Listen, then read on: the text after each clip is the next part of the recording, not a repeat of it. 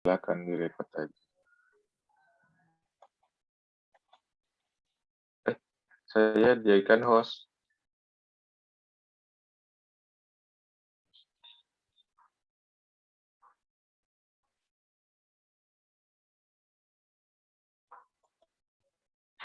Co-host, jadi co-host.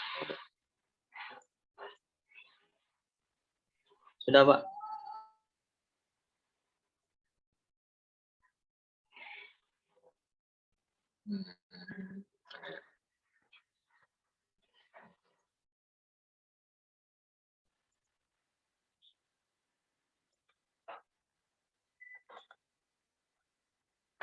Kelihatan? Ya, kelihatan, Pak. Nah, kita belajar kemarin sudah, kalau nggak salah di kelas saya sudah jelaskan secara umum atau apa aja sih yang akan dipelajari dalam ekonomi makro. Sebenarnya ini di makro 1 ya, tapi kayak kata kalian makro 1 belum itu Pak, belum pernah masuk gitu kan. Ya coba kita masukkan lah cara ekonomi makro 1, makro 2. Oke. Dan di sini ada ruang lingkup ekonomi makro, yaitu bagian dari ilmu ekonomi yang khusus mempelajari mekanisme bekerjanya perekonomian secara keseluruhan, peristiwa atau masalah ekonomi. Jadi kita makroekonomi itu bagian dari ilmu ekonomi sendiri. Dulu itu dia itu cuma satu, yaitu ilmu ekonomi. Tapi dengan berkembangnya teori dari klasik, teori dari Keynesian, ya kan, itu definisi atau penjabaran dari teori-teori tersebut itu lebih ke mikro sama ke makro. Makanya sekarang itu dibagi antara ilmu ekonomi mikro sama ilmu ekonomi makro. Nah, ruang lingkupnya lebih ke bekerjanya perekonomian. Jadi sistem perekonomian yang kita pelajari itu sistem perekonomian atau hubungan-hubungan dari ilmu ekonomi tersebut. Masalah ekonomi itu banyak. Kan masalah ekonomi itu bukan masalah apa namanya, kalau dari kita mungkin utang, habis itu tentang apa namanya, kesusahan kita atau kesulitan kita membayar bulanan kampus, itu termasuk masalah ekonomi gitu kan, masalah ekonomi di situ. Jadi kita mempelajari di situ kenapa misalnya mahasiswa FI ini nggak bayar tepat waktu. Nah, itu juga masalah ekonomi. Kita mempelajari itu mekanisme bekerjanya dari sebab dan akibat. Kita mempelajari sebab dan akibat. Kenapa anak ini misalnya salah satu atau beberapa kali dari kelas kalian tuh nggak bayar atau belum bayar apa namanya, belum bayar perkuliahan atau belum bisa apa ya, belum isi KRS. Nah, isi KRS ternyata harus bayar bulanan. Nah, itu termasuk kita harus bisa mempelajari kenapa teman-teman kita itu belum isi KRS, karena apa? Ternyata setelah kita telusuri, oh mungkin karena dia nggak ada duit atau tabungannya habis. Karena apa lagi? Karena mungkin habis kontrak. Nah, itu terus mekanisme bekerjanya itu kita terus bisa menghubung-hubungkan tuh.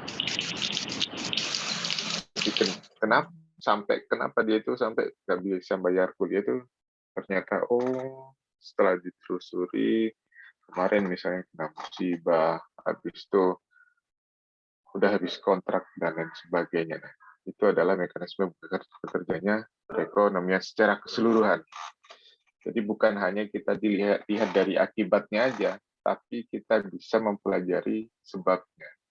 Seperti itu. Itu mekanisme kerjanya perekonomian.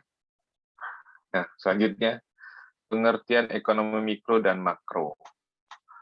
Ekonomi mikro mengupas ilmu ekonomi dari sudut pandang kepentingan unit-unit ekonomi terkecil. Terus ekonomi makro mengupas perilaku perekonomian sebagai suatu keseluruhan agregat dan mengabaikan masalah-masalah yang dihadapi oleh unit-unit individu. Nah, jadi di sini kita bisa membedakan kalau mikro itu cakupannya lebih kecil. Jadi kita cakupannya tadi lebih ke individu, ya kan? Kalau makro itu lebih luas secara keseluruhan. Misalnya tadi dari salah atau beberapa dari teman kita itu nggak bisa baik. Teman kita dari beberapa teman kita belum bisa ngisi KRS atau belum bisa membayar perkuliahan. Itu mikro. Nah, makronya seperti apa? Kita ternyata, ya kan? Ternyata bukan hanya di Pelita Bangsa aja nih yang ada mahasiswa yang nggak bisa bayar perkuliahan. Terus ditelusuri lagi, ternyata banyak PHK di Indonesia. Ternyata ditelusuri lagi, ternyata ada krisis, yaitu krisis dikarenakan COVID-19. Nah, itu secara keseluruhan. Jadi, kalau yang tadi itu masalah mikro itu tentang lebih ke dominannya itu lebih ke lingkupnya kecil, yaitu tentang mahasiswa FAI yang tidak bisa membayar KRS atau tidak bisa membayar bulanan, itu yang mikro. Nah, setelah kita kembangkan permasalahannya di apa, ternyata masalahnya itu secara keseluruhan ada di krisis ekonomi yang disebabkan oleh COVID-19.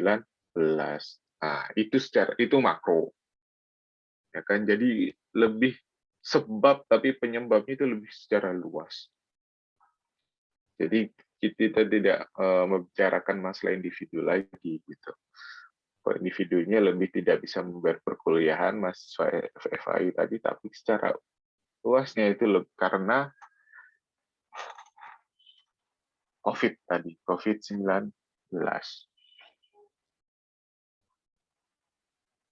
Ada pertanyaan tentang ekonomi mikro sama makro?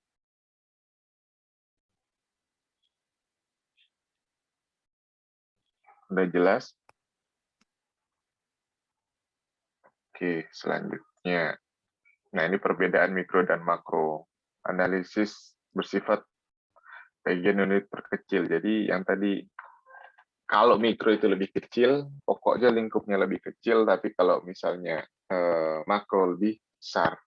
Kalau tadi ngomongannya kita ngomong tentang tentang skala mahasiswa FAI yang tidak bisa bayar kuliah, tapi kita di sini membicarakan masalah secara umum gitu kan. Masalah secara umum yaitu tadi kalau mahasiswa tadi itu karena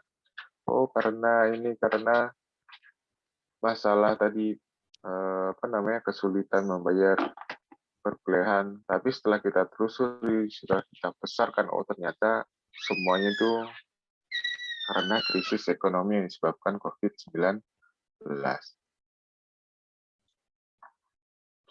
Selanjutnya adalah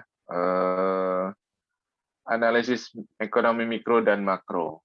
Mikroekonomi meliputi bagian-bagian kecil dari keseluruhan kegiatan perekonomian. Kalau makroekonomi meliputi bagian yang lebih global, lebih menyeluruh. Kalau mikro itu hanya satu konsumen atau satu perusahaan, tapi kalau makro itu seluruh konsumen. Jadi kalau misalnya kalian di kampus, kalau mikro itu lebih ke satu mahasiswa, tapi kalau makro itu lebih seluruh mahasiswa. Permasalahan seluruh mahasiswa. Kalau mikro hanya satu aja, hanya tertentu aja. Satu orang ini nggak bisa, satu orang ini nggak bisa, satu orang ini nggak bisa. Tapi kalau makro kita ngomong, kenapa mahasiswa Pelita Bangsa nggak ada yang bayar? bulanan. Nah, itu makro. Mikro kecil, makro besar. Nah, kalau di sini kan lihat ada hanya kegiatan suatu perusahaan aja, tapi di sini kegiatan pengusaha keseluruhan. Kalau di Indonesia itu ngomongnya itu cuma satu perusahaan, tapi kalau makro itu kita ngomong seluruh perusahaan yang ada di Indonesia.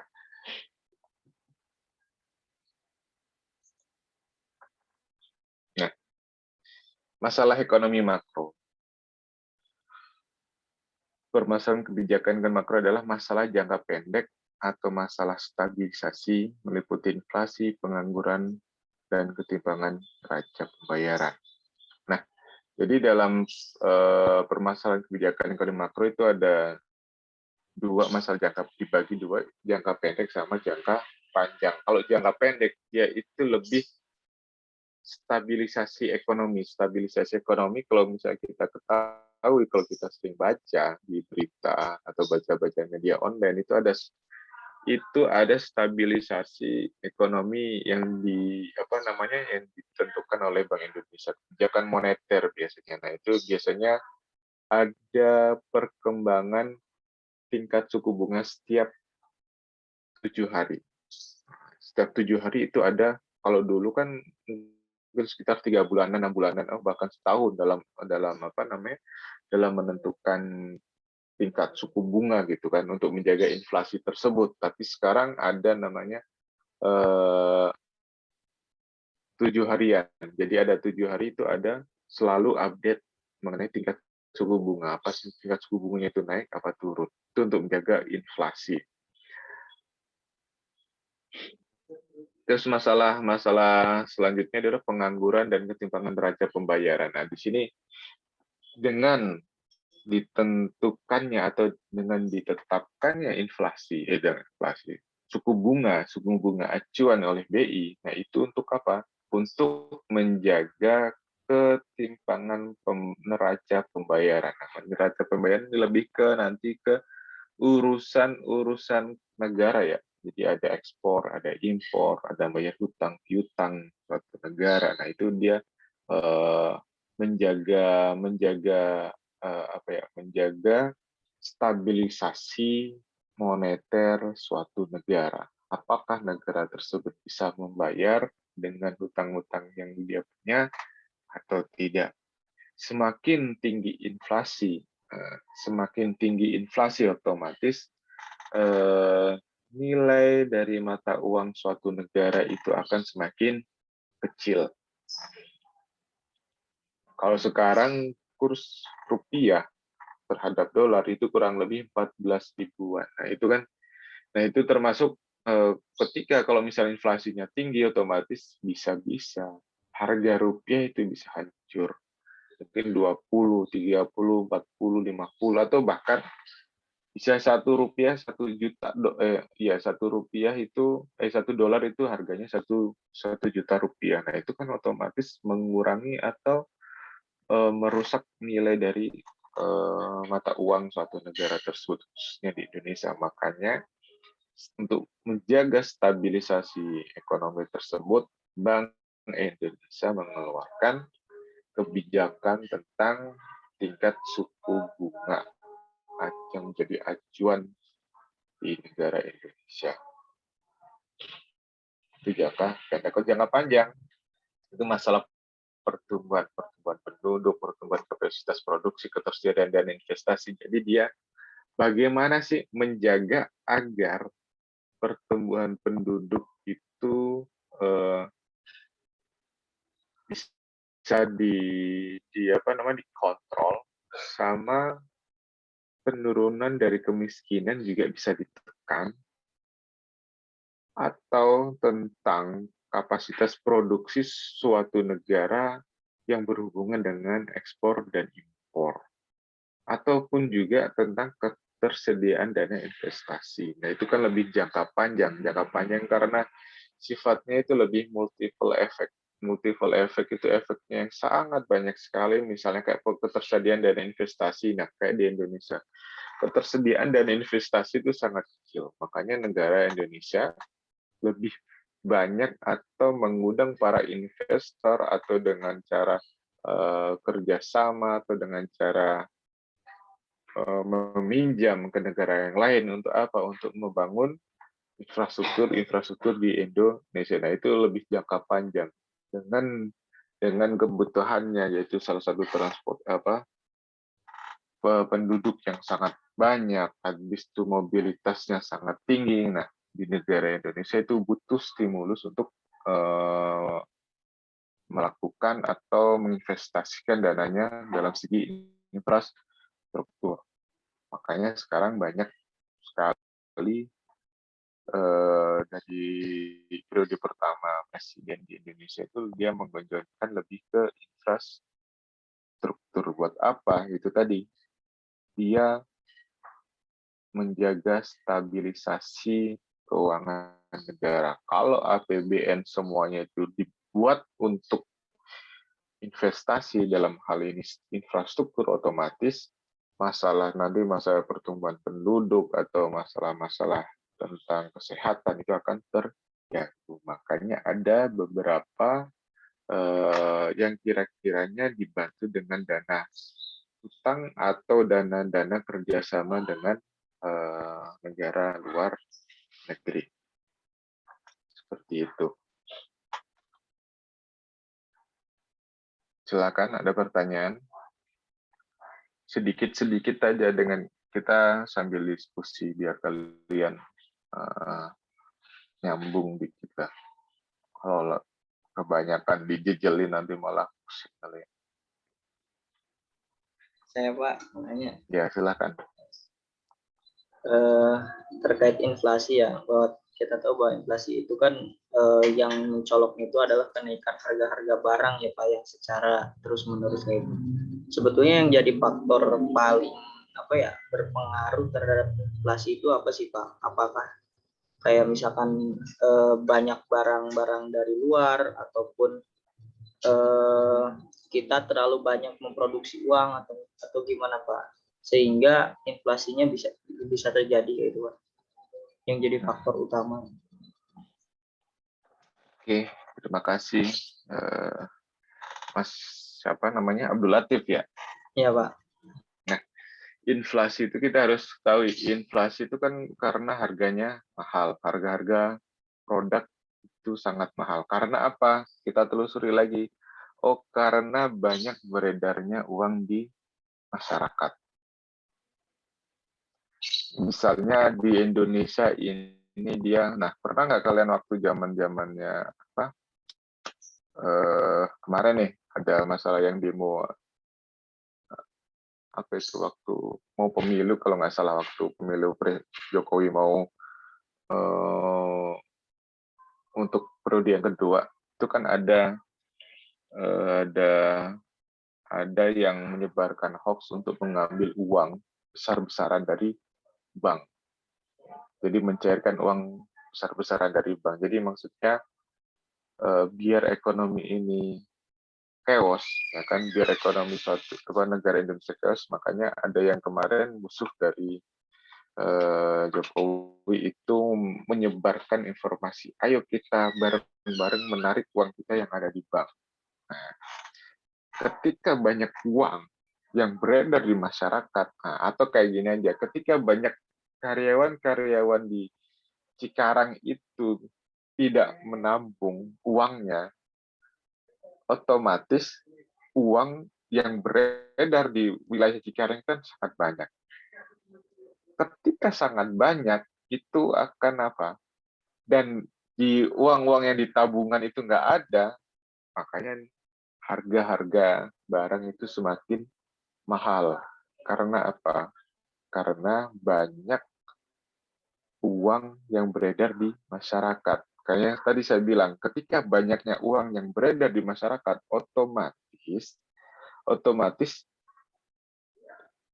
uang yang tadinya itu harganya 10.000 itu kita bisa beli bakso. Nah, karena uangnya banyak, Jadi nilai dari rupiah itu nanti akan turun. Yang tadinya 10.000 kita bisa makan bakso, jadi harus bayar 100.000 kita bisa makan bakso. Seperti itu. Jadi nilai dari rupiah itu akan turun. Makanya ada stabilisasi untuk menjaga inflasi dengan cara apa? Dengan cara kalau di Indonesia itu atau negara-negara lain yang masih menganut dengan tingkat suku bunga, akhirnya tingkat suku bunga suatu negara akan dinaikkan atau diturunkan. Dinaikkan untuk apa? Suku bunga dinaikkan biar masyarakat suatu negara tersebut itu menabungkan uangnya. Kalau banyak orang yang menabung, otomatis uang yang diperbankan itu kan juga banyak. Ketika uang yang ada di perbankan juga banyak, itu uang yang ada di bank itu dengan mudah melakukan investasi. Ketika dilakukan investasi, otomatis banyak proyek-proyek yang dikerjakan. Nah, makanya kalau misalnya banyak orang yang investasi, otomatis uang yang beredar dalam masyarakat itu sangat kecil. Ketika uang beredar itu sangat kecil, otomatis nilai yang 10.000 itu bisa jadi nanti 10.000 dapat bakso, tapi dengan keterbatasan keuangan atau keterbatasan uang yang beredar dari masyarakat kecil, otomatis dia yang tadinya harus bayar 10.000 itu bayar 1.000 untuk membeli bakso. Jadi otomatis itu akan menjaga nilai dari rupiah sendiri. Jadi inflasi, sebab-sebab inflasi itu sendiri salah satunya adalah kalau dari skala makro itu bisa disebabkan oleh apa namanya kebutuhan kita akan dolar. Misalnya kita sering impor. Nah, otomatis kita akan kalau kita membeli impor itu otomatis kita butuh mata uang yang dilegalkan di kilo, ya kan? Makanya di presiden itu jangan sering-sering impor. Kalau kita impor, kita berarti butuh banyak dolar. Ketika kita butuh banyak dolar, berarti kan apa ya kita itu mengesampingkan rupiah kan. Berarti kita nggak butuh rupiah, kita hanya butuh dolar. Jadi ya dolarnya itu yang kita butuhkan itu naik. Jadi makanya harga dolar itu bisa 14.000, 15.000, 20.000. Itu tergantung kebutuhan kita. Kalau kebutuhan kita akan dolar itu semakin tinggi, otomatis harga dolar itu semakin mahal. Ketika semakin mahal ya tadi perbandingannya yang tadinya satu dolar itu bisa kita beli 2.000, 3.000 karena perbandingan kita, karena kita nggak banyak devisanya karena kita nggak banyak kemampuan kita untuk menjaga misalnya produk dalam negeri ini, kita akhirnya butuh mata uang negara lain untuk belanja impor tadi. Makanya untuk menjaga itu, biar kita nggak ketergantungan dengan dolar, makanya Indonesia kerjasama dengan negara-negara tujuan untuk memakai mata uang lokal. Misalnya Indonesia dengan Thailand. Ya kita pakai uang Thailand. Misalnya kita butuh beli barang di Thailand, ya kita pakai uang Thailand. Kalau misalnya kita dengan Cina, ya pakai mata uang Cina. Dengan Rusia pakai uang Rusia. Jadi kita melepaskan ketergantungan kita terhadap dolar. Itu salah satu penyebab inflasi paling utama tadi, ketergantungan kita terhadap mata uang asing. Makanya dari kita, semakin kita menyukai barang-barang impor, semakin turun pula nilai-nilai mata uang Indonesia rupiah. Ya kan? Nah, itulah penyebab inflasi yang paling utama. Makanya kenapa harus dijaga tingkat suku bunga tersebut? Untuk apa? Biar manusia atau warga negara Indonesia itu meminimalisir belanja-belanja yang sifatnya konsumtif. Jadi kalau misalnya banyak orang nabung ke bank, kan orang yang tadinya suka beli yang barang-barang impor akhirnya kan terjaga. Jadi sehingga kita kebutuhan kita atau foya-foya kita dengan mengeluarkan duit itu terjaga. Dengan terjaganya pengeluaran kita otomatis terjaga dari inflasi kita atau terjaga dari penyebaran uang di Indonesia itu terbatas. Seperti itu. Itu alur dari inflasi itu sendiri.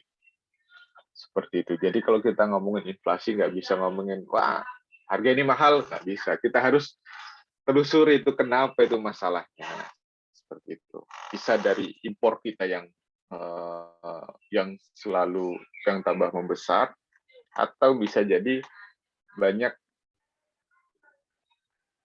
dari kita itu terlalu menghambur-hamburkan uang kita. Boleh kita belanja untuk menjaga stabilitas ekonomi negara, karena apa, dengan kita membeli itu kan otomatis ada perputaran ekonomi, tapi jangan berlebihan. Semakin berlebihan otomatis semakin nggak terkendali nanti. Dari segi bisnisnya itu lancar, tapi dari segi ekonomi suatu negara itu bisa hancur juga. Makanya dibutuhkan stabilisasi untuk menekan inflasi. Salah satunya adalah menekan impor. Makanya di negara itu kalau misalnya dia ekspor itu lebih baik daripada negara impor. Kenapa? Kalau ekspor otomatis perekonomian di negara tersebut akan berjalan. Dengan adanya ekspor, otomatis banyak pelaku-pelaku usaha yang dilibatkan sehingga dia bisa menghasilkan devisa atau menghasilkan dolar. Ketika banyak dolar yang masuk ke Indonesia, hasil dari ekspor, otomatis negara itu terjaga gitu. Kalau ketika dia misalnya mau impor itu akan terjaga. Terjaganya apa? Oh, misalnya kayak gini lah. Kamu punya uang 10.000, itu akan terjaga kalau kamu beli beli cilok. Nah, itu kamu santai beli cilok. Tapi kalau kamu bawa uang 10.000, terus habis itu mampir di soto Pak Min, sop ayam Pak Min yang depan kampus, itu kamu udah was-was tuh. Wah, uang di dompet 10.000 nih, ini harganya berapa ini? Nah, itu kan was-was. Nah, seperti itu. Itu apa namanya?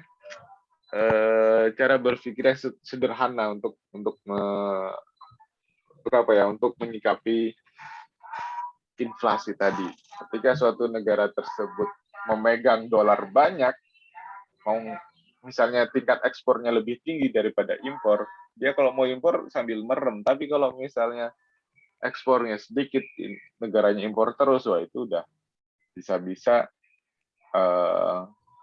perekonomian suatu negara itu nggak bisa berjalan. Karena apa? Karena dia bukan produktif, tapi konsumtif. Tingkat konsumtif. Jadi lebih negara konsumtif. Makanya banyak warga negaranya yang mungkin miskin dan sebagainya. Kayak di Zimbabwe itu kan di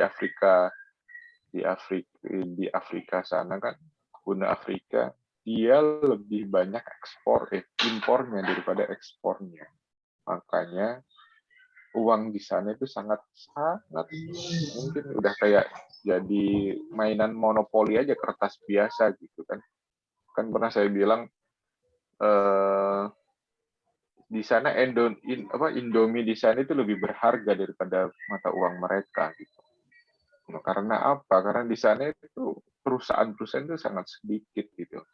Makanya pemerintah saat ini kan digalak-galakan, ayo pengusaha-pengusaha pengusaha luar negeri untuk investasi di Indonesia. Biar apa? Biar Indonesia itu nggak impor lagi gitu. Jadi terus banyak lapangan yang dibuka gitu. Ya karena warga negaranya itu jarang yang suka jadi bisnismen atau pengusaha, ya salah satu caranya yaitu mengundang para investor untuk membuka lapangan pekerjaan. Makanya di Indonesia itu digiatkan, ayo jadi pengusaha. Pengusahanya di sini adalah pengusaha yang benar-benar membuat dari bahan mentah jadi bahan jadi. Ketika banyak pengusaha di Indonesia, otomatis yang bisa memproduksi bahan mentah ke bahan jadi, otomatis dia bisa melakukan ekspor, menjual di luar negeri. Ketika banyak yang jual ke luar negeri, otomatis warga negara di Indonesia itu banyak yang kerja. Ketika banyak yang kerja, nah dia tingkat penganggurannya adalah semakin mengecil. Ketika banyak yang sudah banyak bekerja, otomatis banyak yang berpenghasilan. Kalau misalnya orang banyak penghasilan, nah biar mereka nggak foya-foya, makanya ada namanya tingkat suku bunga. Biar warganya apa? Biar warganya itu menabung. Karena kalau nggak menabung, itu nanti banyak beredarnya uang di Indonesia atau di warga negara Indonesia. Misalnya contohnya kayak gini. Kalau kalian lagi mudik, otomatis harga-harganya naik kan kalau lagi lebaran. Karena apa? Karena banyak warga Indonesia itu mendapatkan duit dari perusahaannya, yaitu dari THR dan lain sebagainya, dari bonus-bonus. Nah, itu kan otomatis banyak yang beredar di masyarakat. Makanya harganya itu naik. Orang kan beranggapan, kan wah, banyak nih orang itu banyak dapat duit nih, orang di kampung atau di mana, atau waktu mau lebaran pasti dapat THR, makanya harganya itu naik cepet. Itu karena apa?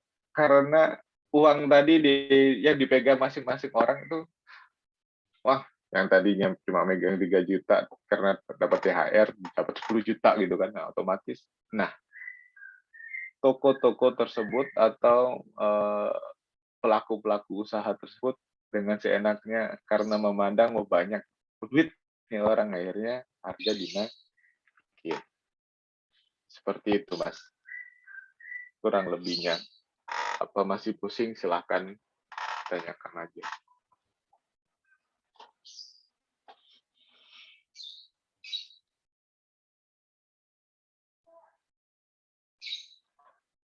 Silakan. Kalau ada yang belum paham atau penjelasannya masih jelimet, silakan tanyakan. Sebenarnya ada pertanyaan lagi, Pak. Nggak apa-apa, tanya aja. Oh ya, ini Pak, belakangan-belakangan ini kan keuangan di Indonesia atau imani di Indonesia itu semakin meningkat, Pak ya. Kita tahu sekarang itu transaksi-transaksi justru lebih mudah karena adanya imani. Nah, imani itu kan artinya uangnya malah tertimbun di bank, bukan tertimbun ya, uangnya di bank gitu Pak ya. Artinya berarti banyak warga yang menabung di bank. Nah, tapi justru dengan adanya imani, transaksi itu jauh lebih gampang. Nah, akhirnya masyarakat itu lebih gampang untuk bertransaksi gitu, ya mengeluarkan uangnya ibaratnya gitu. Kalau seperti itu sebetulnya berdampak positif terhadap inflasi atau mungkin malah bagus jadi deflasi gitu Pak ya. Kalau kejadian seperti sekarang Pak. Yang imani itu. Iya. Nah, imani itu kita harus bisa membedakan mana menabung sama imani gitu. Kalau imani itu kita nggak dapat hasil, maksudnya nggak ada imbal hasil dari bank tersebut.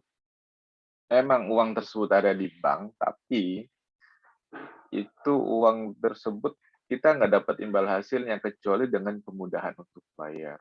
Kalau menabung kita mendapatkan misalnya bagi hasil, kita mendapatkan bunga kalau di konvensional kan seperti itu.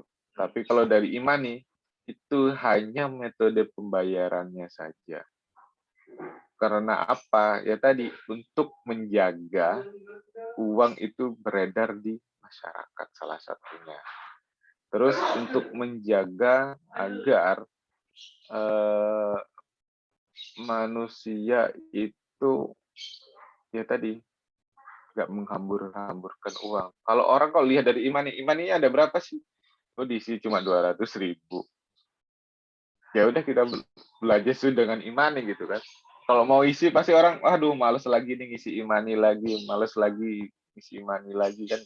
Tapi kalau dia punya uang di dompet, itu tingkat loyalitasnya itu sangat tinggi. Ayo makan-makan, ayo makan-makan, mau kemana, nah gitu. Beda kalau sama orang punya imani. Coba aja kalau kamu, nggak tahu ke Mas Abdul Latif punya imani nggak? Punya Pak. Apa? Imaninya itu maksudnya kayak misalnya m-banking Pak. Kalau m-banking kan itu dari tabungan kita itu. Justru kalau transaksinya lebih mudah, Oh, malah jadi tinggal apa lewat handphone gitu, mau beli pulsa, mau beli belanja online, atau mungkin bahkan hmm, belanja di mall-mall atau di restoran kan sekarang tinggal gesek gitu, debit atau mungkin langsung oh, pakai e-money gitu. oh, Itu kan ya. maksudnya uang digital. Iya, iya, iya, gitu Pak. Nah, dengan uang digital kan sama sama aja. Kalau kita pakai uang tabungan untuk bayar, otomatis itu kan seluruh transaksi itu akan terjaga di situ dengan uang digital tersebut. Kalau nggak percaya coba aja. Biasanya kalau dipakai ATM itu biasanya itu maksimal itu bisa sampai 5 juta kali untuk pembayarannya. Setelah itu nggak bisa. Jadi itu kan lebih terkontrol, lebih terkontrol untuk dalam hal konsumtifnya. Bisa saja nanti lebih ditekankan lagi kalau orang sudah terbiasa dengan gitu, nanti malah bisa dibatasin lagi. Kalau sekarang kan masih 5 juta, mungkin nanti bisa misalnya 2 juta atau bahkan 1 juta. Lebih ke kontrolnya tadi. Nah, di sini kan tadi kan untuk menjaga stabilisasi tadi, ketika dia membayar dengan m-banking, ya emang dengan mudah dengan bayar m-banking. Tapi dengan kita sendiri, saya sendiri biasanya itu lihat dulu, wah m-banking nih, tabungan kita apa namanya tergerus lagi, hilang lagi, hilang lagi. Makanya dengan adanya bunga, itu kan orang wah harusnya saya tiap bulan dapat sekian, kalau misalnya berkurang lagi, otomatis nanti bagian bulanan ke depan, misalnya bunga saya yang saya dapat atau bagi hasil yang saya dapat berkurang lagi nih. Seperti itu. Itu sebenarnya tahap awal di Indonesia sekarang itu tahap awal untuk pembayaran pakai pakai uang digital gitu kan. Biar apa? Biar terkontrol tadi. Nanti lama-lama nanti itu akan dibatasi. Kamu pokoknya sekali belanja misal maksimal 1 juta, nggak boleh lebih. Nah itu kan bisa terkontrol. Mungkin di kita itu wah besar banget batasnya 1 juta, tapi kan orang yang lain yang banyak lebih itu kan masa terbatasi. Wah saya nggak bisa lagi nih mau belanja lebih dari 1 juta gitu kan. Nah jadi perbandingan bukan buat kita. Kalau kita ngomong makro itu kan keseluruhan. Mungkin buat kita itu besar, tapi buat orang lain belum tentu besar kan gitu pembatasan misalnya 1 juta. Buat kita, nah sama kayak Mas Abdul Latif sama saya. Mungkin Mas Abdul Latif mengeluarkan uang 1 juta 2 juta itu, waduh berat sekali gitu kan. Kalau saya kan belum tentu kan gitu. Atau Mas Fahmi belum tentu juga gitu loh. Ada yang keberatan, ada yang kalau saya biasa kan gitu. Sama halnya kayak gini. Ada kita belanja misalnya sepatu, nah, sepatu aja. Mungkin Mas Abdul Latif sama Mas Fahmi itu akan milih-milih. Mas Fahmi harga 500 itu biasa gitu kan. Tapi Mas Abdul Latif berbicara gini, pandang gini, wah ini sepatu mahal-mahal 30.000, 50.000 kan sama-sama bisa buat jalan dan sebagainya gitu. Jadi itu tergantung apa namanya dalam segi uang digital kita nggak bisa menilai buat kita sendiri Mas ya. Jadi secara keseluruhan gitu. Mungkin dengan uang digital itu menurut Mas Abdul Latif itu mudah gitu kan. Walau tinggal bayar, tinggal bayar, tinggal bayar. Tapi Fahmi belum tentu. Ntar dulu dong. Kita lihat dulu nih saldonya. Masih ada apa enggak kan gitu. Nah, seperti itu Mas. Jadi lebih terkontrol. Baratnya uang kita itu lebih terkontrol. penggunaannya berapa, habis itu misalnya sebulan. Biasanya kalau kita di Mandiri itu, kalau kalian punya bank Mandiri itu ada sebulan ini uang yang masuk berapa, yang keluar berapa, itu ada kalau di bank Mandiri. Nggak tahu kalau bank-bank yang lain. Bank yang lain tuh nggak ada. Setahu saya nggak ada. Yang ada itu di bank Mandiri.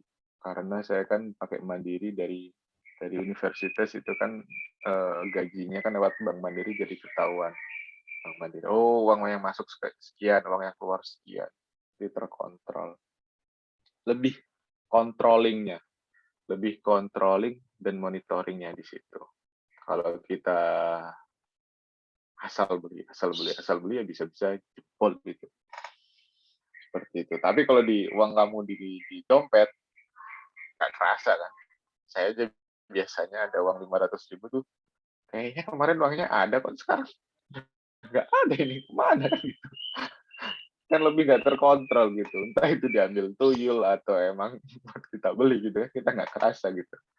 Tapi kalau dari pakai M-Banking itu kan ada transaksinya macam-macam. Oh, jadi kita harus kontrol nih.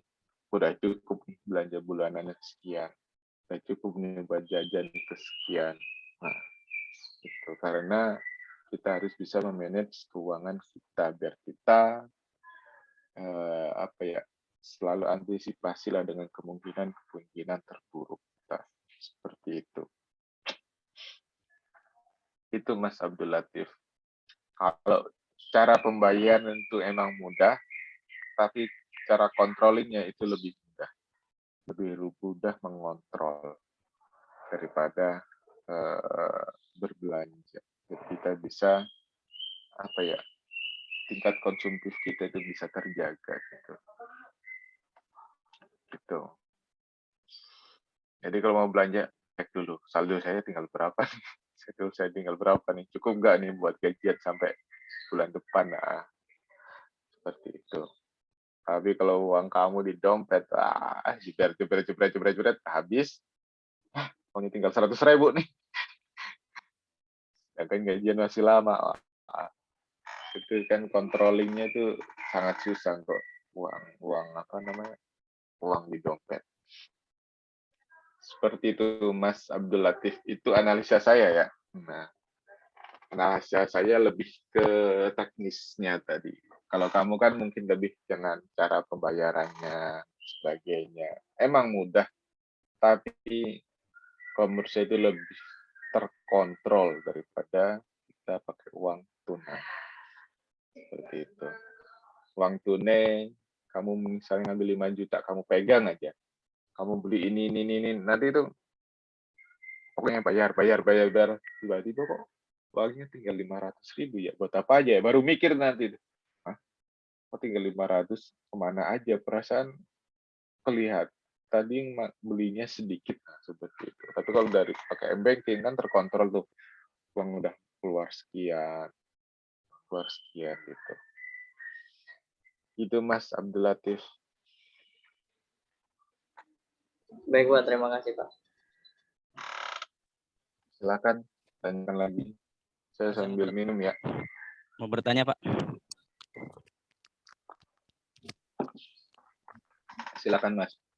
Ya, ini tadi masalah tentang ekspor dan impor ya. Di sini saya akan menanyakan kenapa yang dijadikan acuan nilai pertukaran mata uang setiap negara secara global itu mata uang dolar.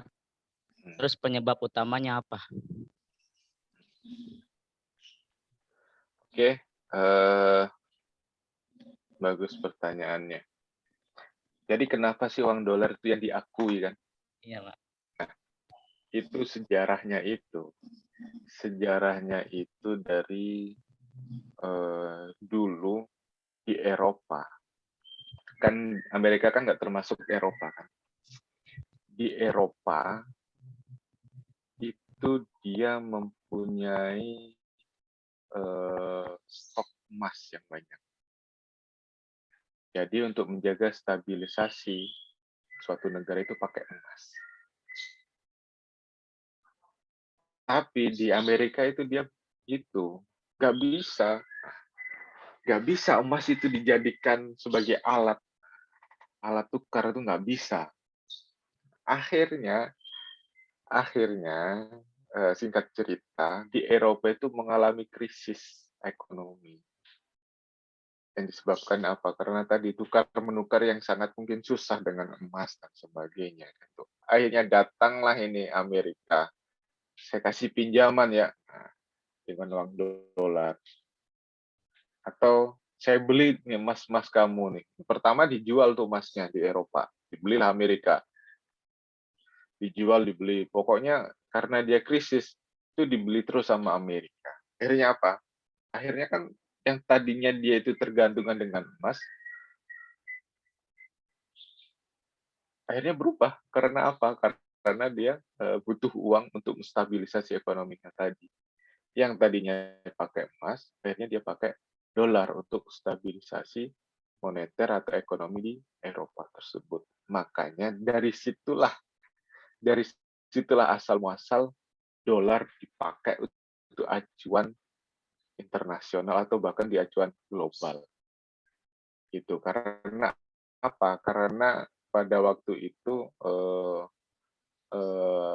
apa yang namanya, ilmuwan Amerika beranggapan bahwa emas itu sangat langka dan nggak semua negara itu punya emas, gitu.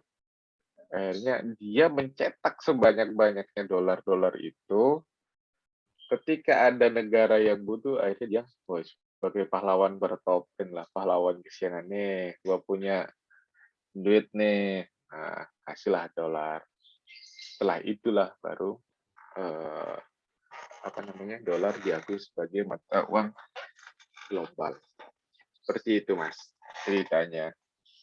Jadi itu singkat cerita aja, nggak usah panjang-panjang ceritanya, nanti nggak cukup di pertemuan kita untuk membahas ketergantungan dolar. Itu singkat cerita. Sama halnya di Indonesia. Makanya di Indonesia kenapa untuk wilayah Asia, untuk wilayah perdagangan di wilayah Asia itu diutamakan pakai mata uang daerah masing-masing. Yang saya bilang tadi, sama Vietnam dengan mata uang Vietnam, dengan Cina mata uang Cina, dengan Singapura, Malaysia. Biar apa? Biar kita tidak tergantung lagi dengan dolar. Jadi untuk meminimalisir kebutuhan kita akan dolar tersebut. Nah sekarang kita misalnya banyak impor dari Cina, harusnya kan kita pakai uang mata uang Cina untuk membeli. Tapi apa? Semuanya pakai uang dolar kan seperti itu. Nah, makanya di Indonesia itu ada namanya apa sih? Lupa saya. Jadi dia untuk menjaga itu dia kerjasama antara Bank Indonesia dengan bank-bank di negara-negara di Asia. Buat apa? Jadi dia biar apa? Dia menghindari ketergantungan terhadap dolar itu. Karena kan dolar sama mata uang yang lain kan nilai dolar tuh lebih tinggi daripada mata uang yang lain. Misalnya nih, kayak negara Jepang. Jepang kan satu, misalnya rupiah sama Jepang. Satu rupiah itu paling 150. Jepang tuh pakai apa ya? Jepang ya? Yen ya? Jepang mata uang Jepang apa? Yen kan ya? Iya, iya. Yen, Mbak. Iya. Nah, satu rupiah itu kalau nggak salah itu 150 yen. Ya kan? Jadi kalau 150 yen kan lebih murah daripada dia harus dibikin ke dolar dulu gitu loh. Satu dolarnya 14.000. $1 14.000. 14.000 mahal sekali kan, $1 14.000 rupiah. Tapi kalau misalnya ini 1 yen bisa mungkin 100 perak, 150 perak, itu kan lebih murah gitu kan daripada pakai dolar. Nah seperti itu maksudnya. Jadi dia untuk menjaga ketergantungan kita terhadap dolar. Soalnya kalau semakin banyak kebutuhan kita terhadap dolar, maka nilai dolar itu semakin tinggi. Sama halnya tadi Eropa itu semakin butuh uang dolar itu, akhirnya dia emasnya, cadangan emasnya tadi tergerus. Dijual, saya jual ya. Akhirnya dia nggak punya lagi cadangan emas. Jadi dia punya cadangan dolar. Seperti itu, Mas. Itu sejarah singkat. Itu saya baru dapat cerita itu pas saya melanjutkan kuliah S3 loh. Nah, kalau kamu kuliah S1 udah dapat tuh ceritanya seperti itu. Saya sebelumnya juga tanya-tanya, kenapa itu? Alasannya ya karena itu disepakati digunakan sama negara, tapi kan ceritanya nggak tahu. Oh, ternyata ceritanya waktu itu Eropa yang dia punya cadangan emas besar, yang kalau kita bicara ekonomi syariah itu kan apa pakai emas itu stabil, ya stabil, tapi ada apa emas itu keberadaan emas itu kan sangat langka kan, nggak semuanya orang punya emas gitu. Sedangkan manusia terus bertambah, ya nggak mungkin dong emasnya itu yang susah nyarinya, masa iya Papua harus hilang untuk mencari emas kan gitu. Nah makanya kita butuh mata uang sebagai sebagai apa transaksi uang tersebut. Jadi berawal dari negara Eropa tadi, negara Eropa yang banyak cadangan emasnya, devisanya itu berupa emas. Nah, dia butuh uang untuk menghadapi krisis ekonomi di negara tersebut. Akhirnya dia pinjamlah ke Amerika dengan mata uang dolar. Akhirnya cadangan emasnya itu habis dijual ke Amerika, jadi akhirnya ketergantungan dengan dolar. Dari situlah sejarah dolar diberlakukan untuk menjadi mata uang global. Seperti itu. Harusnya kamu kuliah S3 dulu nih baru dapat sejarahnya. Ya Pak. Berarti yang dijadikan acuan itu dolar Amerika ya Pak, bukan dolar kayak seperti Enggak, Singapura gitu. Amerika. Ya tadi karena sejarahnya seperti itu. Gitu. Itu Mas. Ya Pak, baik, terima kasih Pak atas penjelasannya. Masih penasaran? Enggak kan? Iya. Sejarahnya seperti itu. Ya Kalau kenapa nggak yang lain gitu maksudnya? ya mungkin dulu kalau misalnya kerajaan-kerajaan di Indonesia itu berkuasa gitu kan, ada belanja datang ke Indonesia, lah kamu butuh apa kamu di Indonesia? Nah, beda lagi itu ceritanya. Bisa-bisa uang rupiah yang jadi acuan gitu kan. Tuh. Tapi waktu dulu Indonesia itu nggak kerjasama antara kerajaan, jadi saling ingin berkuasa di Indonesia, ya akhirnya malah dipecah belah sama negara-negara dari luar gitu kan. Tuh. Oke, ada pertanyaan yang lain? Apa saya mau nanya? Oke, Neng Wiwi. Namanya Neng Wiwi? Iya, Pak. Asli Neng Wiwi? Iya, benar. Oh, kirain nama panggilan Neng Wiwi. Oke, silakan. Saya mau nanya, seperti yang kita ketahui kan kalau Indonesia punya banyak hutang ya, Pak. Hampir 500 triliun gitu. Terus yang saya pernah baca juga kalau negara-negara besar seperti Amerika dan Cina juga punya hutang ternyata. Terus ada nggak sih kalau di negara di dunia ini yang nggak punya hutang sedikit pun gitu, Pak? Ya, mau tanya Nggak itu. ada. Semua itu punya hutang. Karena dengan hutang itu menjaga silaturahim. Seperti itu. Jadi kalau orang ingin kerjasama, misalnya biar Indonesia bisa kerjasama dengan negara-negara yang lain, itu yang pertama itu adalah kalau nggak kita impor barangnya, kita harus punya hutang, meskipun sedikit. Buat apa? Buat jaga silaturahim tadi. Jadi seluruh negara di dunia ini itu punya hutang masing-masing dengan negara yang dituju. Misalnya dengan dia mau kerjasama misalnya sama Afrika, ya Afrika misalnya Afrika itu pengen investor Indonesia itu untuk buka perusahaan di sana. Nah, Afrika harus punya hutang ke Indonesia atau sebaliknya. Jadi itu hutang yang ada. Misalnya orang sebenarnya negara-negara itu kan kalau misalnya udah negara apa namanya anggap aja kayak Dubai. Dubai kan negara kaya. Qatar negara kaya itu, tapi dia masih punya utang. Karena apa? Karena tadi untuk menjaga silaturahim. Tujuannya seperti itu hutangnya. Hutangnya nggak besar, tapi dia sebenarnya dia punya duit, tapi dia biar kerjasama tetap berjalan, tetap terjalin, makanya dia punya utang di situ. Seperti itu, Neng Wiwi. Ya kan?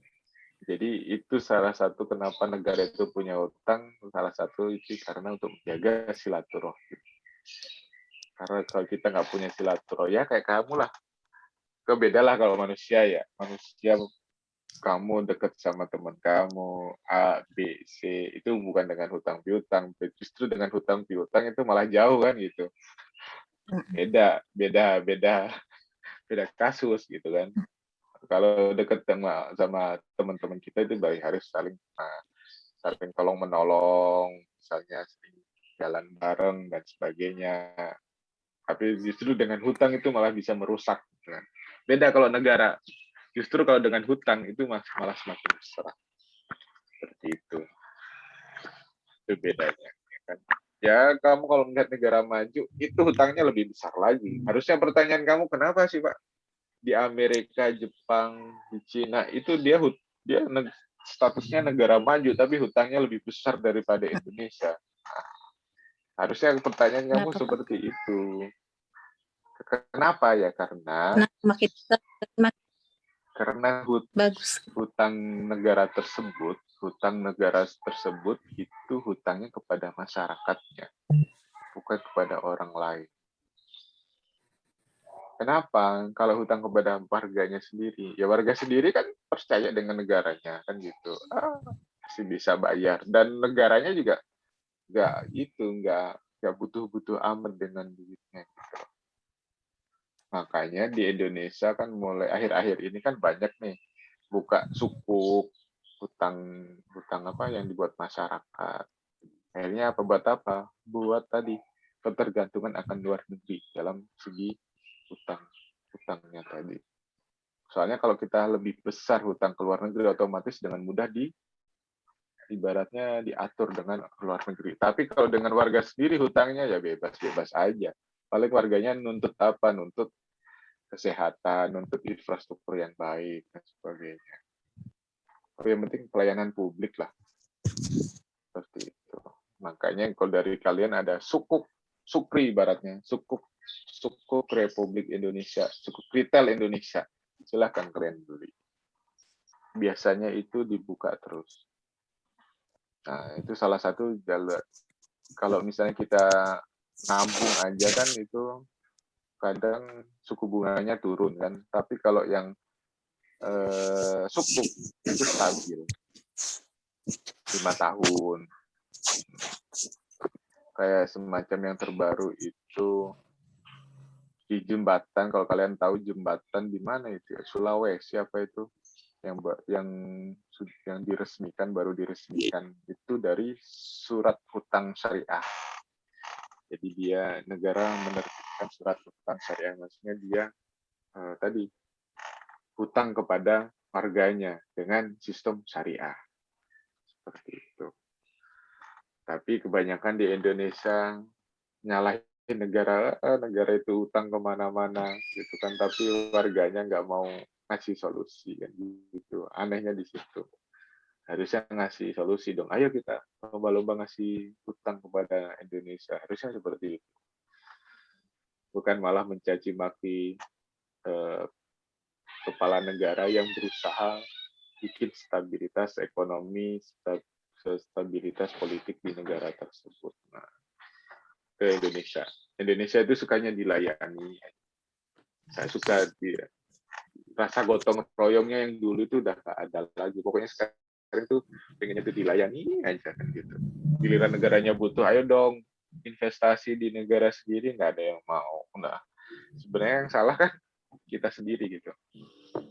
Dari sekarang silahkan belilah surat utang negara tersebut. Jangan cuma didepositoin aja.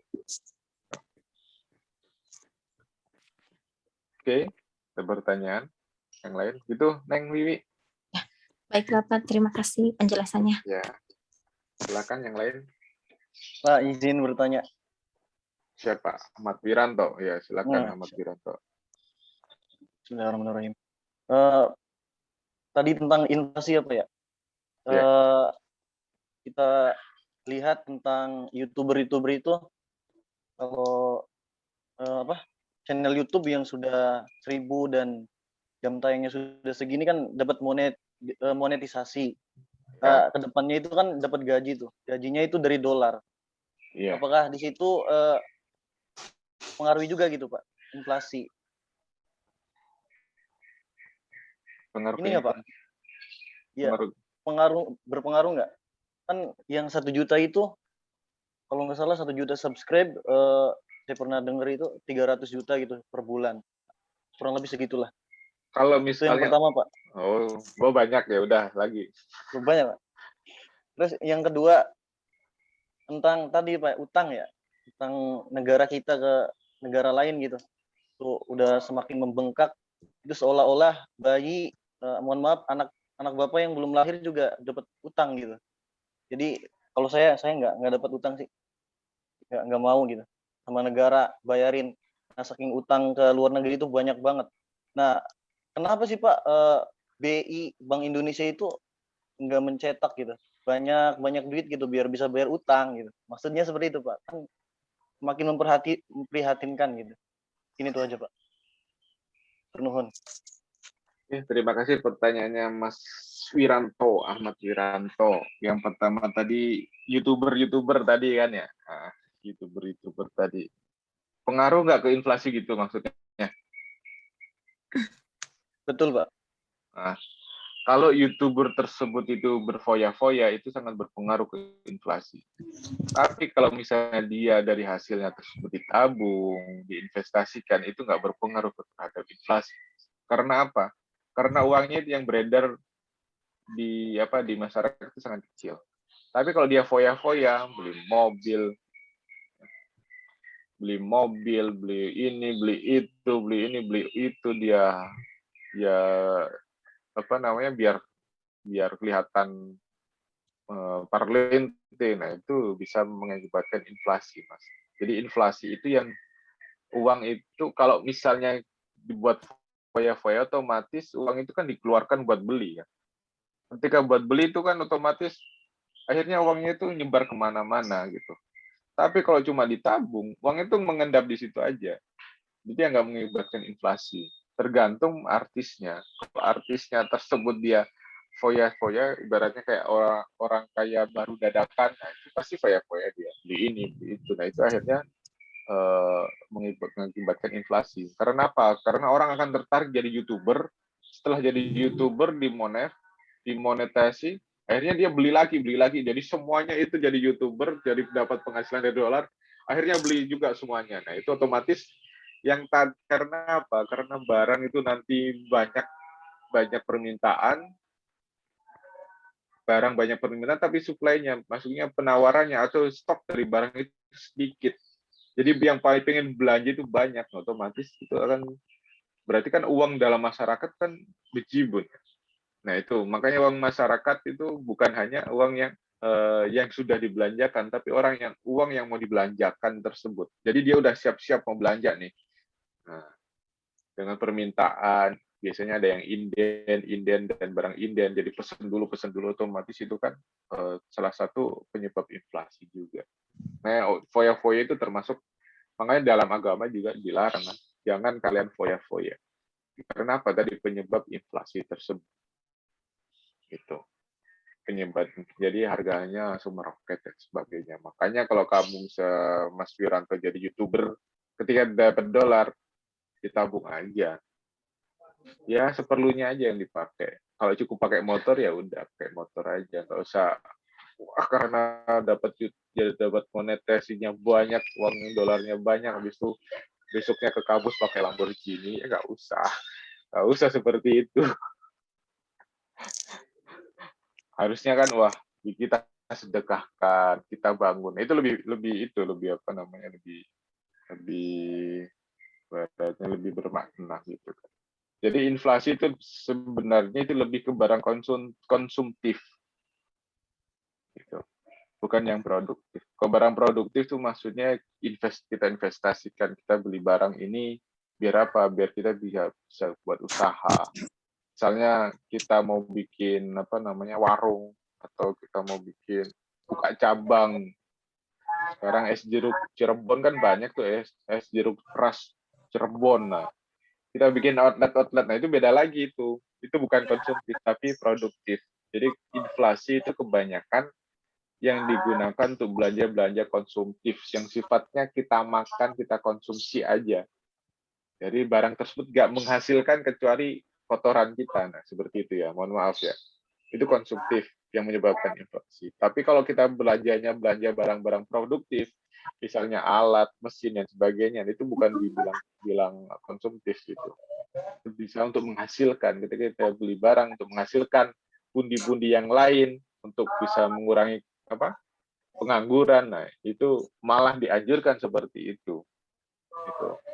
Yang menyebabkan inflasi itu adalah kita belanja yang konsumtif.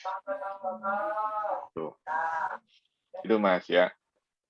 Udah untuk yang apa tadi? Yang YouTuber ya. YouTuber tadi udah. Terus yang satu lagi itu kenapa negara kita hutang gitu kan. Nah, kebutuhan yang tadi sebenarnya udah saya singgung tuh. Kebutuhan Indonesia untuk membangun infrastruktur itu sangat besar kebutuhannya. Nah, sedangkan warga negaranya kayak Mas Wiranto, cuma mengkritik aja gitu kan, nggak ngasih solusi gitu. Harusnya, oh negara butuh duit nih. Nah, kita yang ngasih pinjaman ke negara tersebut. Tadi udah ditanyakan sama Neng Wiwi kalau nggak salah ya. Itu. Nah, jadi kita harus harus memberikan uang kita untuk dipinjam kepada negara biar negara itu nggak pinjam ke negara lain. Itu solusi yang pertama kan gitu. Terus kalau bertanyaan, Pak saya nggak mau negara ini punya utang, nah sedangkan pemasukan negara itu sedikit daripada kebutuhannya. Gitu. Kalau misalnya pembangunan, kalau misalnya itu masalah kesehatan atau pendidikan, itu uangnya sangat sedikit, otomatis banyak warga negara kita yang nggak mampu, itu tidak merasakan bantuan dari negara. Salah satunya dengan BPJS itu kan dari kesehatan. Habis itu dari bansos, bantuan sosial dari negara itu kayak sembako, kayak bantuan tunai. Nah, itu kan kehadiran negara gitu. Makanya salah satu pendapatan negara itu dari pajak. Warga negaranya aja disuruh bayar pajak juga susah gitu kan gitu. Makanya dia hutang. Kita aja kadang mau bayar pajak aja hitung-hitungan. Itu sebenarnya kita nggak bisa menyalahkan negara. Sebenarnya kita harus bisa ibaratnya introspeksi diri. Kita jangan hanya menyalahkan negara yang punya hutang banyak-banyak.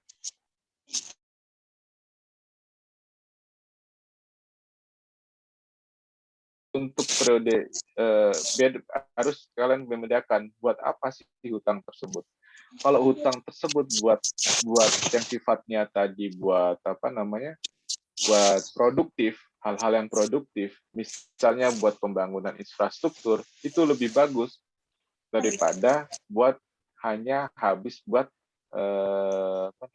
bayar gaji, dan yang sifatnya kan konsumtif itu bayar gaji dan sebagainya. Nah, kalau misalnya, kebanyakan sekarang, periode sekarang, kenapa hutang tambah tinggi? Karena tadi, kebanyakan buat bangun bangun infrastruktur, bangun pelabuhan, bangun bandara, bangun jalan tol, dan sebagainya itu kan efeknya kan bukan hanya saat ini, tapi nanti bertahun-tahun. Dengan hasil itu nanti bisa buat bayar hutang. Seperti itu logikanya. Makanya kalau kita hutang, itu diperbolehkan kalau misalnya kita buat yang hal-hal yang produktif. Karena kita sudah hitung-hitungan nih, kalau kita misalnya hutang buat yang hal yang produktif ini, nanti penghasilannya ini dia bisa untuk menutupi hutang tersebut. Gitu. Jadi itu ibaratnya dalam skala bisnis gitu. Makanya orang bisnis kan harus ada analisisnya matang. Kalau misalnya hutang sekian, kira-kira nanti bisa nggak untuk membayar hutang tersebut atau bahkan bisa menghasilkan keuntungan seperti itu. Itu udah ada ya orang-orang yang itu kok, orang-orang yang lebih pintar mengurusi itu hutang piutang negara tersebut. Tapi saya salutnya pada zaman Presiden Jokowi ini, dia hutangnya itu lebih pada produktif, barang-barang produktif. Jadi dia membangun infrastruktur dan sebagainya gitu. Ya kan, oke lah kalau nanti ada pertanyaan, kita nggak makan infrastruktur Pak, kita makan makanan, beras. Nah beras itu kan konsumtif kan gitu. Kalau misalnya kita kasih beras aja kan, otomatis habis nanti duit itu. Tapi kalau uang itu yang dipinjam negara, habis itu buat infrastruktur, otomatis banyak lapangan pekerjaan yang terbuka. Ketika banyak lapangan pekerjaan terbuka, banyak kan yang kerja situ akhirnya mendapatkan gaji bulanan dari usaha tersebut. Otomatis itu akan adanya perputaran ekonomi. Yang tadinya kalau dibeli beras sekali makan habis, tapi ini kalau dibelikan tadi beton buat kecor jalan, itu kan banyak yang kerja di situ. Jadi banyak penghasilan di situ, otomatis yang pengangguran bisa kerja di situ. Jadi tukang sapunya lah, jadi apanya, jadi penjaga loketnya dan sebagainya. Otomatis itu kan multiple. Nah itu namanya multiple effect. Jadi efek dari pembangunan tersebut tuh berdampak ke berbagai lini. Seperti itu Mas, untuk masalah hutang piutang ya, hutang negara banyak. Itu kamu nggak bakal bayar kok, santai aja. Yang bayar tetap atas nama negara. Karena itu pinjamannya itu atas nama negara, ya ke negara tersebut. Tapi yang terpenting kalau masalah hutang itu harus dilarikan ke hal-hal yang produktif, bukan yang konsumtif. Jadi kita nggak dilarang untuk hutang, tapi kita harus bisa mengukur manfaat dari hutang tersebut. Seperti itu, Mas. Turun Pak. Tapi kalau BI-nya Bank Indonesia itu Pak mencetak ya. banyak-banyak gimana itu Pak? Itu orang kalau berpikir itu kan enak, tinggal cetak, tinggal naik. Kalau misalnya Bank Indonesia itu tinggal cetak itu nanti terjadi inflasi, Mas. Kalau terjadi inflasi itu nanti nilai rupiah itu nanti nggak ada. Nanti kamu bisa tidur di atas rupiah atau jangan-jangan nanti atap kamu ditempelin dari duit rupiah itu karena nggak berharga kan gitu. Sama kayak Zimbabwe kan, Indomie lebih berharga daripada uang Zimbabwe tersebut gitu. Makanya kan sampai ada berita itu sampai wanita itu mau dibayar dengan Indomie.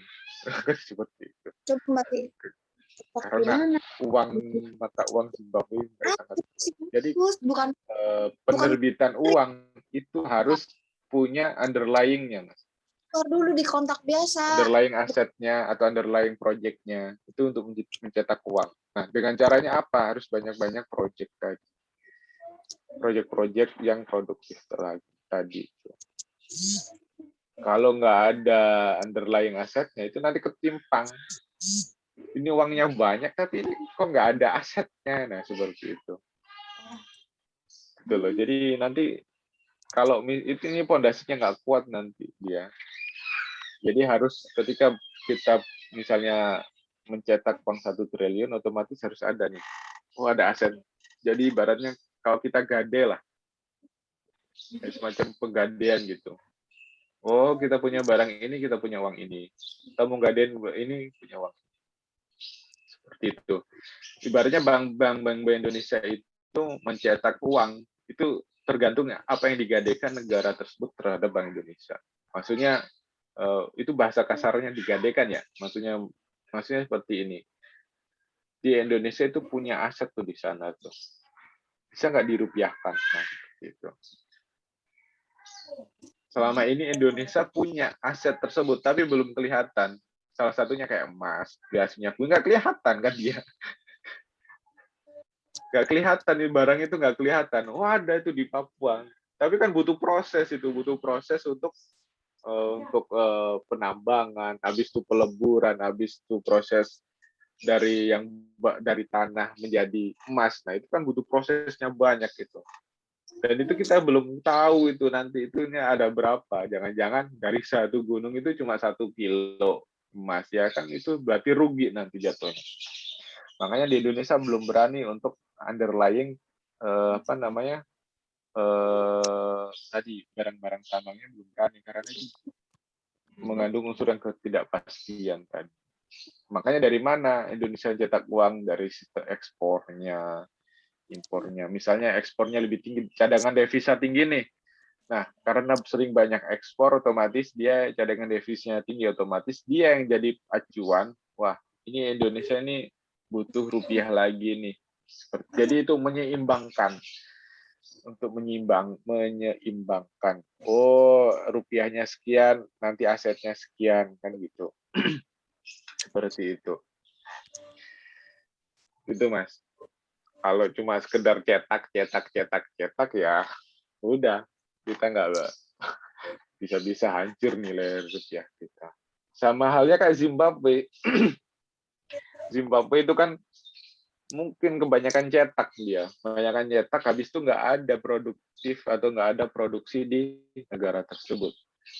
Akhirnya dia konsumsi aja, terus konsumsi dan konsumsi, akhirnya ya udah kebutuhannya tercukupi, tapi nilainya tadi, nilai rupiahnya tadi, nilai mata uangnya itu tadi sangat kecil.